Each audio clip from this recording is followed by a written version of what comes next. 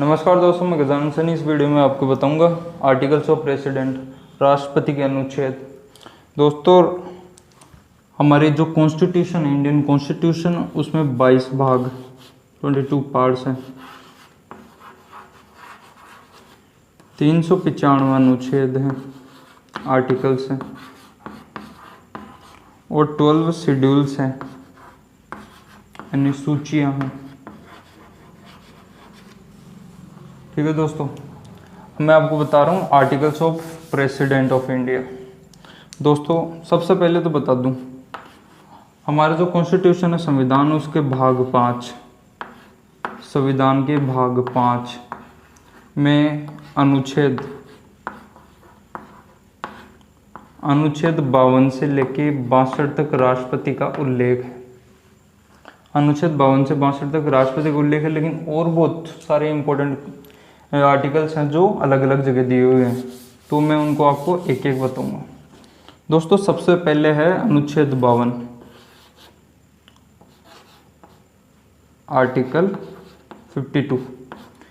इसमें दोस्तों लिखा गया है कि देश के लिए एक राष्ट्रपति होगा, यानी राष्ट्रपति पद का प्रावधान है। राष्ट्रपति पद का प्रावधान है। दोस्तों, अनुच्छेद 53, आर्टिकल 53, इसमें लिखा है कि जो कार्यपालिका संबंधी शक्तियां हैं ना, कार्यपालिका संबंधी शक्तियां,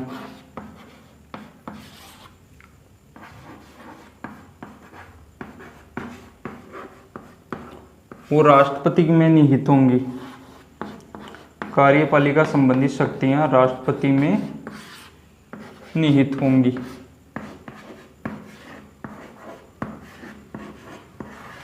दोस्तों, अब मैंने आपको 2 आर्टिकल बताए। अनुच्छेद 52 राष्ट्रपति पद का उल्लेख, अनुच्छेद 53 में कार्यपालिका संबंधी शक्तियां राष्ट्रपति को दी गई हैं। कार्यपालिका में दोस्तों 3 पद आते हैं, राष्ट्रपति, उपराष्ट्रपति, प्रधानमंत्री, मंत्रिपरिषद। तो इन तीनों को मिलाकर कार्यपालिका बोलते हैं। इसमें भी 2 प्रकार की होती है, नाम मात्र की कार्यपालिका जिसमें राष्ट्रपति उपराष्ट्रपति आते हैं, और वास्तविक कार्यपालिका में प्रधानमंत्री, मंत्रिपरिषद आते हैं। तो ये 2 अनुच्छेद हो गए, अनुच्छेद 52 और अनुच्छेद 53। अनुच्छेद 54 होना, अनुच्छेद 54 54, अनुच्छेद 54 में राष्ट्रपति का जो निर्वाचक मंडल है, जो लोग जो राष्ट्रपति के चुनाव में भाग लेते हैं, निर्वाचक मंडल में भाग लेते हैं, निर्वाचन में भाग लेते हैं, उनका उल्लेख है। तो दोस्तों, निर्वाचक मंडल में राष्ट्रपति के में 50 लोग, राष्ट्रपति का चुनाव लड़ने के लिए राष्ट्रपति के पास 50 लोगों का तो प्रस्ताव होना चाहिए,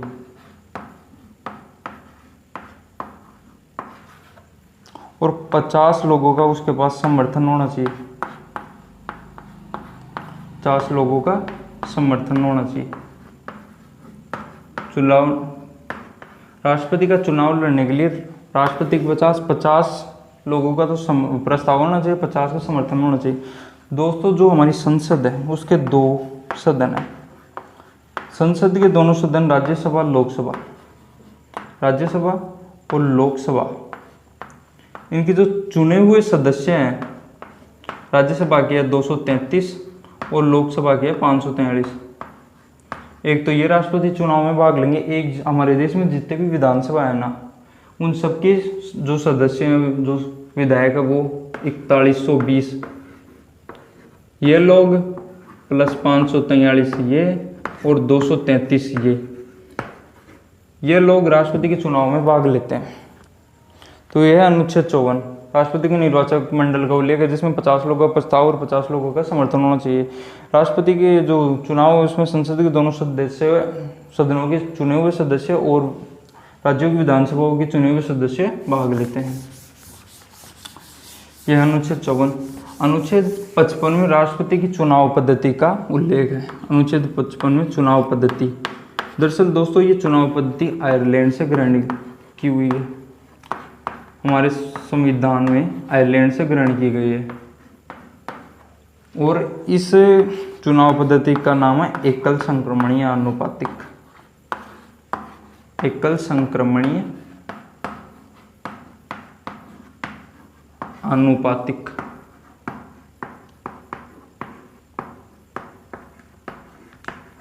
इस चुनाव पद्धति के द्वारा राष्ट्रपति का चुनाव होता है और उपराष्ट्रपति का भी एकल संक्रमणीय आनुपातिक पद्धति से ही होता है और ये आयरलैंड से ग्रहण की गई है। अनुच्छेद 54 में राष्ट्रपति के कार्यकाल का उल्लेख है। कार्यकाल का उल्लेख है। कार्यकाल का उल्लेख है कि भाई जब राष्ट्रपति शपथ ले लेगा, शपथ ग्रहण से 5 वर्ष तक, जिस दिन शपथ लेगा उससे लेके 5 वर्ष तक राष्ट्रपति का कार्यकाल चलेगा। अनुच्छेद 57 में राष्ट्रपति के पुनर्निर्वाचन का उल्लेख है। पुनर्निर्वाचन का उल्लेख, ये हो गए 3 अनुच्छेद। और 52 में राष्ट्रपति पद का उल्लेख, 53 में उसके पास कार्यपालिका संबंधी शक्ति, 54 में वो उसके चुनाव में कौन कौन भाग लेगा, अनुच्छेद 55 में उसकी चुनाव पद्धति एकल संक्रमणीय आनुपातिक, अनुच्छेद 56 में उसका कार्यकाल, 57 में पुनर्निर्वाचन। अनुच्छेद 58 में उसको चुनाव लड़ने की योग्यता का उल्लेख है कि वो कौन सी योग्यताएं पूरी कर ली जिसके बाद वो राष्ट्रपति का चुनाव लड़ सकता है। तो अनुच्छेद 58 में योग्यताएं, राष्ट्रपति का चुनाव लड़ने के लिए योग्यताएं। पहली, भारत का नागरिक हो। दूसरी योग्यता, उम्र कम से कम 35 साल हो। कम से कम उम्र 35 साल हो चुकी हो उसकी। तीसरी, किसी लाभ के पद पे ना हो। लाभ के पद पे ना हो। और है जैसे पागल ना हो,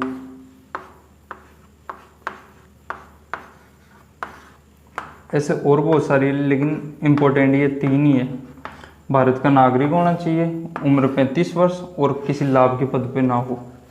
यह है राष्ट्रपति चुनाव लड़ने की योग्यताएं।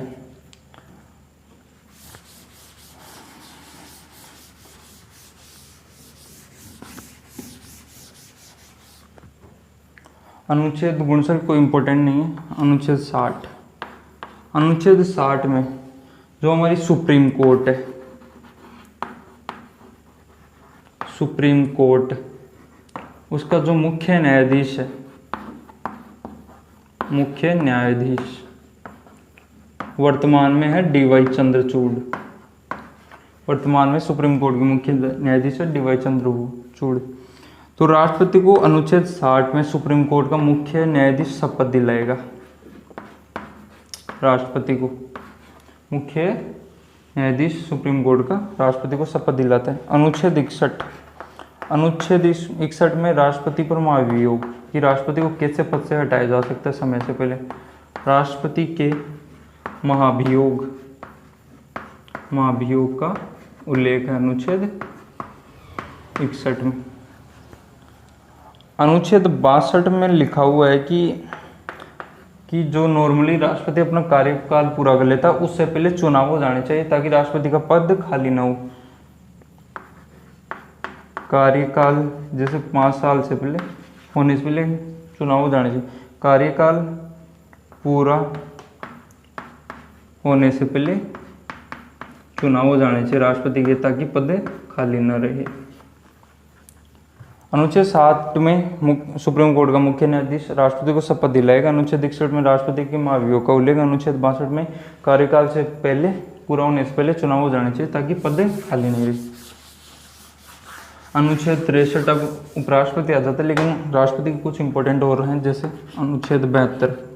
अनुच्छेद 72 में राष्ट्रपति किसी भी कैदी की सजा को कम कर सकता है, परिवर्तन कर सकता है, यहाँ तक कि मृत्युदंड की सजा को भी माफ कर सकता है। मृत्युदंड तक की सजा को राष्ट्रपति अनुच्छेद 72 के द्वारा माफ कर सकता है। अनुच्छेद 72 के द्वारा माफ कर सकता है।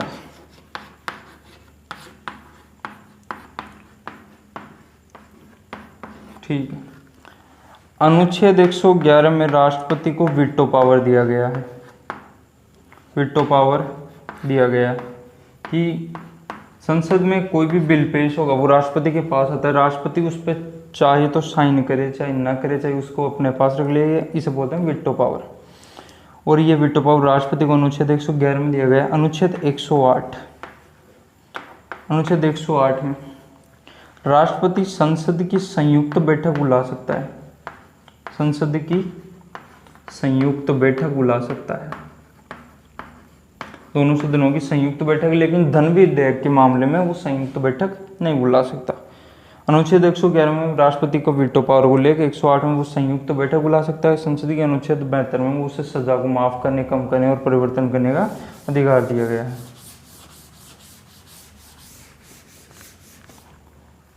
अनुच्छेद 123 के द्वारा राष्ट्रपति अध्यादेश जारी कर सकता है। राष्ट्रपति अध्यादेश जारी कर सकता है और अध्यादेश की अवधि 6 माह होती है। अध्यादेश जैसे संसद नहीं चल रही, किसी कानून को लागू करना है तो राष्ट्रपति अध्यादेश जारी करेगा, उससे 6 महीने के लिए वो कानून लागू हो जाएगा। अनुच्छेद 143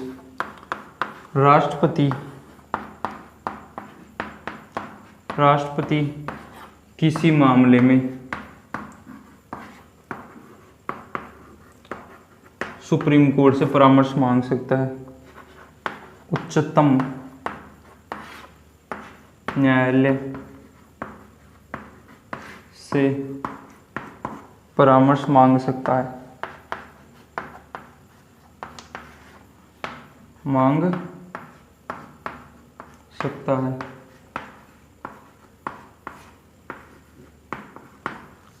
अनुच्छेद 123 में राष्ट्रपति अध्यादेश जारी कर सके जिसकी अवधि 6 माह होती है। अनुच्छेद 123 में राष्ट्रपति किसी मामले में सुप्रीम कोर्ट से वो परामर्श मांग सकता है। अब मैं आपको बताऊंगा वर्तमान राष्ट्रपति के बारे में। दोस्तों, हमारे देश की इस टाइम पे जो वर्तमान राष्ट्रपति वो 15वीं है, 15th, जिनका नाम है द्रौपदी मुर्मू। द्रौपदी मुर्मू ये हमारे देश की 15वीं राष्ट्रपति हैं, पहली महिला आदिवासी राष्ट्रपति हैं, पहली महिला आदिवासी राष्ट्रपति हैं द्रौपदी मुर्मू।